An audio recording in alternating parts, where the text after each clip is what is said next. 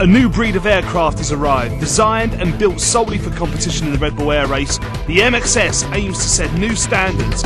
And with Nigel Lamb the first pilot to use it, could this be the extra edge that Brit needs to gain those all-important championship points?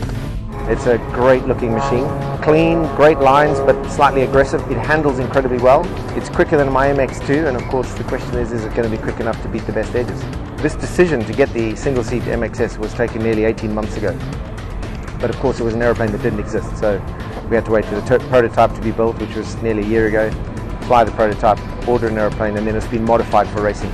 The most striking difference, apart from the look of course, is the fact that this is an all-carbon monocoque fuselage, whereas the Edge 540 is the older technology tubular steel covered in fabric. These engines are basically 260 horsepower originally, and then with what they do to them, you can get about 300. It can get pretty much around 220 knots straight and level, which is quick. I don't think it's necessarily quicker than some of the best edges.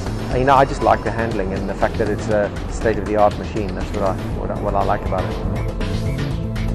The MXS was designed to set a new standard in unlimited performance aircraft, and with Nigel Lamb already one step ahead of the competition, Alejandro McLean is hot on his heels, as his MXS will be ready to battle it out in Detroit. I've been looking really carefully at all the numbers, all the speeds, all the times between gates, and I truly think that plane is an awesome plane, and it's on a starting point. It will get just better and better. Okay, I'd like to show you around the MXS, which is fairly similar to the MX2. It's got a different cowling, and it's a little bit lighter, and different wingtips. If you have a look down here at the wing root fairings, you'll see there's very, very little disturbance to the airflow. Everything's very, very smooth. There are very few nuts and bolts or screw heads sticking up in the airflow. We have a racing cowling where we have adjustable inlets, so depending on the ambient conditions, we can control the amount of airflow which is going through the engine, and of course, airflow through the engine causes cooling drag.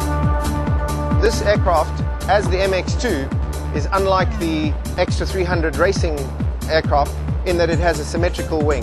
The wing tip here